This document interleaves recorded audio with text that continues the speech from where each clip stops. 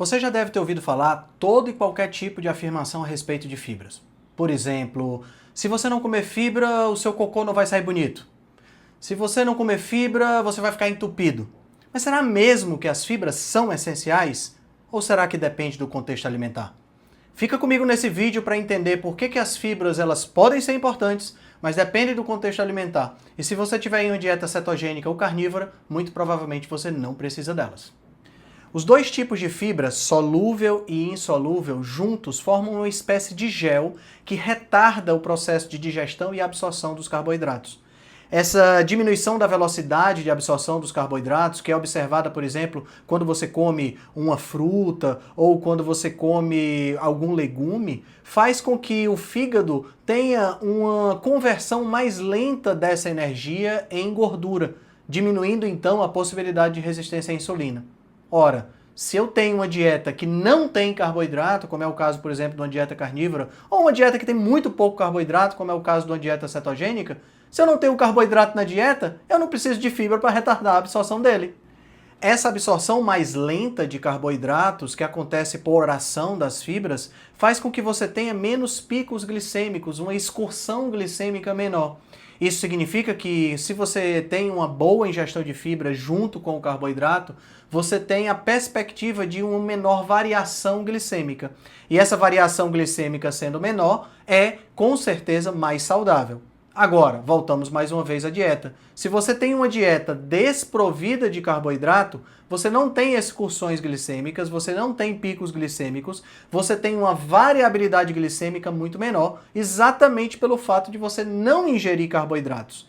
Então, se você está fazendo uma dieta cetogênica, uma dieta carnívora, até mesmo uma dieta low carb, a sua glicemia ela fica estável, fica bem bonitinha, dentro dos padrões e estabilizada. Uma glicemia sem picos, como acontece em dietas de baixo carboidrato, permite que você tenha uma conservação da integridade do endotélio. O endotélio são os vasos, é a estrutura interna dos vasos sanguíneos.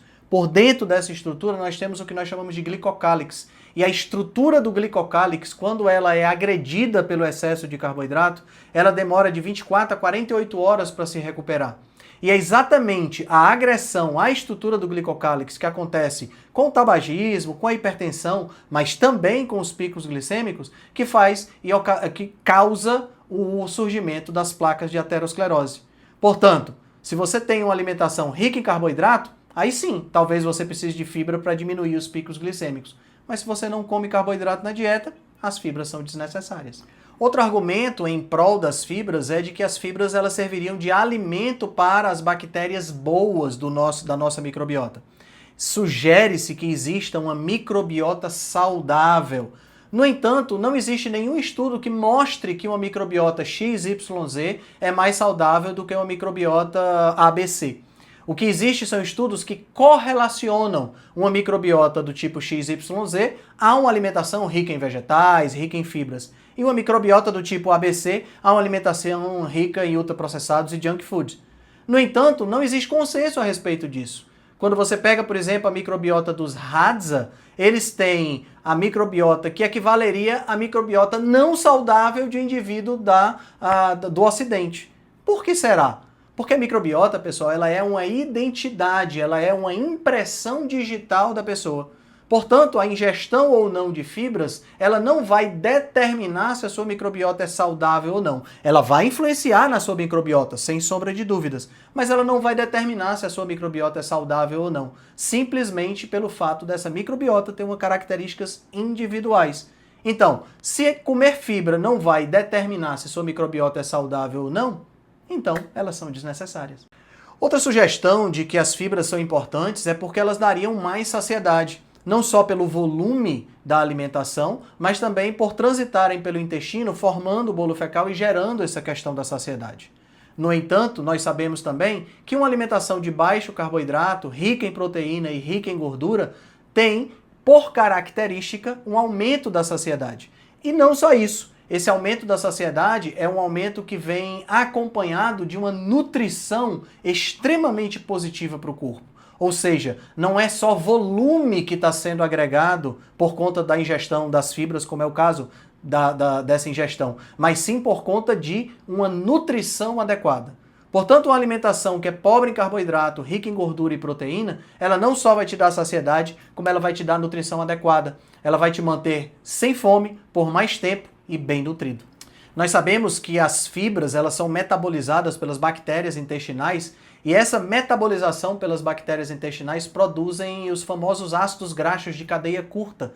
Dentre esses ácidos graxos, nós temos o butirato, que é muito parecido em fórmula a uma cetona, chamada beta-hidroxibutirato.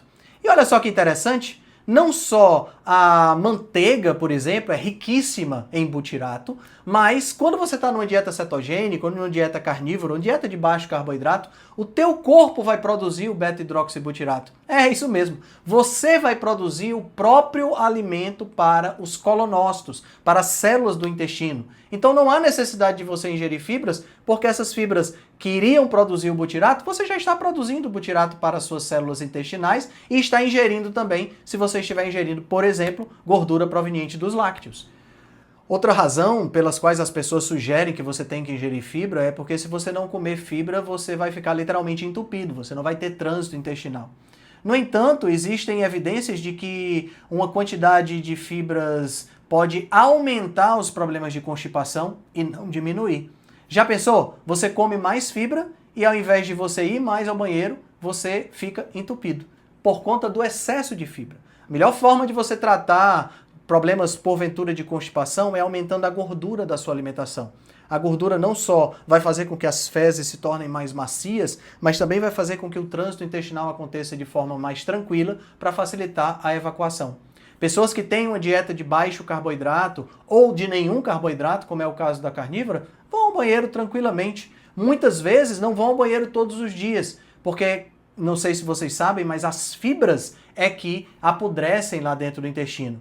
Como assim, Henrique? Exatamente. As fibras, elas não são digeridas. E exatamente por não serem digeridas, são fermentadas lá no teu intestino grosso. Dessa forma, essas fibras que são fermentadas no intestino grosso acabam constituindo a maior parte do bolo fecal. Se você não come fibras ou você tem menos fibras na sua dieta, o que é que vai acontecer? Você tem menos bolo fecal, consequentemente, você não vai ao banheiro todos os dias.